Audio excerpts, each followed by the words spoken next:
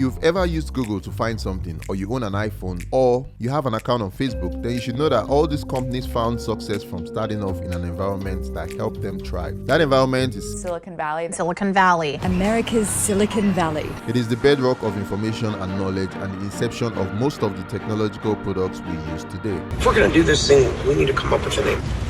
Apple. In Africa at the moment, we don't really have any of these types of environments, but that is about to be changed by this guy, Iyin Aboyeji, who is the co-founder of two African unicorns, Flutter and Andela. This Nigerian wants to solve this by building a technological city where bright minds can come in and build the future for the next generation. As a lover of anything innovative and tech, this really gets me excited. In our last interview, he mentioned that he was building Talent City, a city very similar to Silicon Valley but for Africans. So I decided to pay it a visit and see for myself the future of Lagos and Africa at large.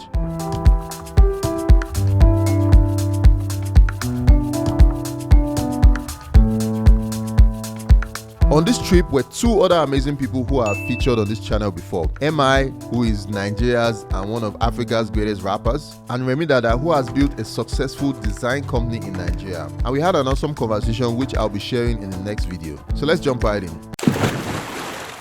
So what is Talent City? We call it the city for the builders of tomorrow. So what we're trying to do is like, how do you build an alternate reality where it is the easiest place for a builder to build? Talent City is an idea to spread the vision of creating spaces where Africa's best talent can build together. To create an ecosystem that enables innovative startups to thrive and attract IT talent from around the world. Currently, the first location of Talent City Lagos is being built at Lekki Free Trade Zone in Nigeria, which is really dope because it's a business-friendly environment with policies including zero corporate tax and ease of remote company registration. And I believe that we need more of these types of spaces in different fields across Africa. Spaces where ideas can be created and growth can be found. There's a base which is, it's not about the land, it's about what rights this land has. So as you're standing here now, you're no longer in Nigeria.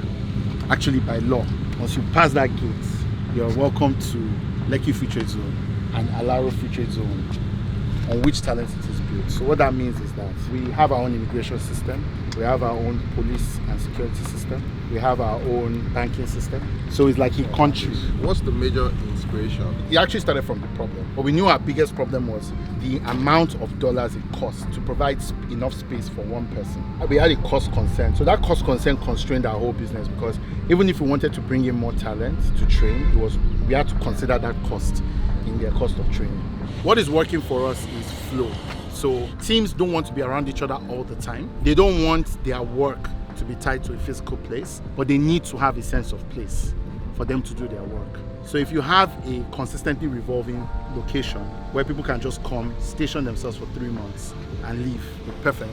Because you can't talk to a computer, you can't feel from a computer.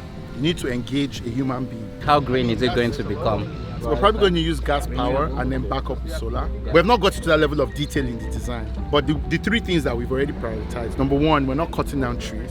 We're not going to have physical policing because of NSAS, because people have trauma from that. So it's all going to be camera based.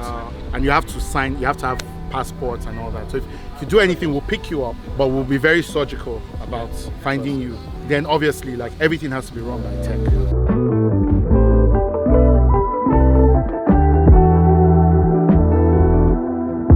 Talent City is going to be a network.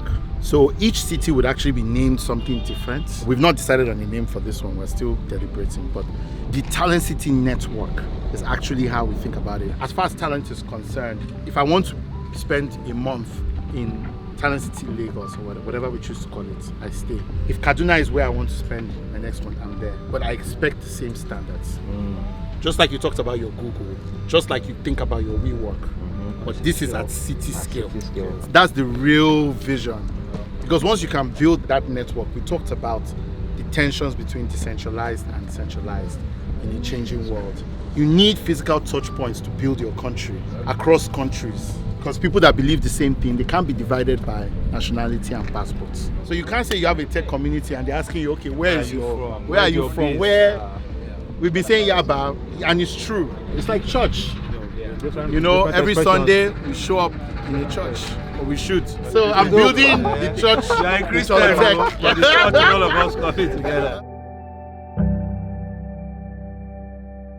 Many of the successful startups in Nigeria started out in Yaba, which is an area on Lagos mainland. It really wasn't built with a tech ecosystem in mind, but the startup founders made it work. I believe what Talent City stands for is a way to solve this problem. A space where different Africans can live, work, and create ideas that would help solve the problems we have on the continent. I would love to see this type of ideas replicated across different fields in Africa, as I believe it can position us as the next world superpower. That's all I have to share with you guys today. If you like this video, as always, please hit the like button and subscribe to the channel, and I'll be sure to see you guys on the next one. Peace.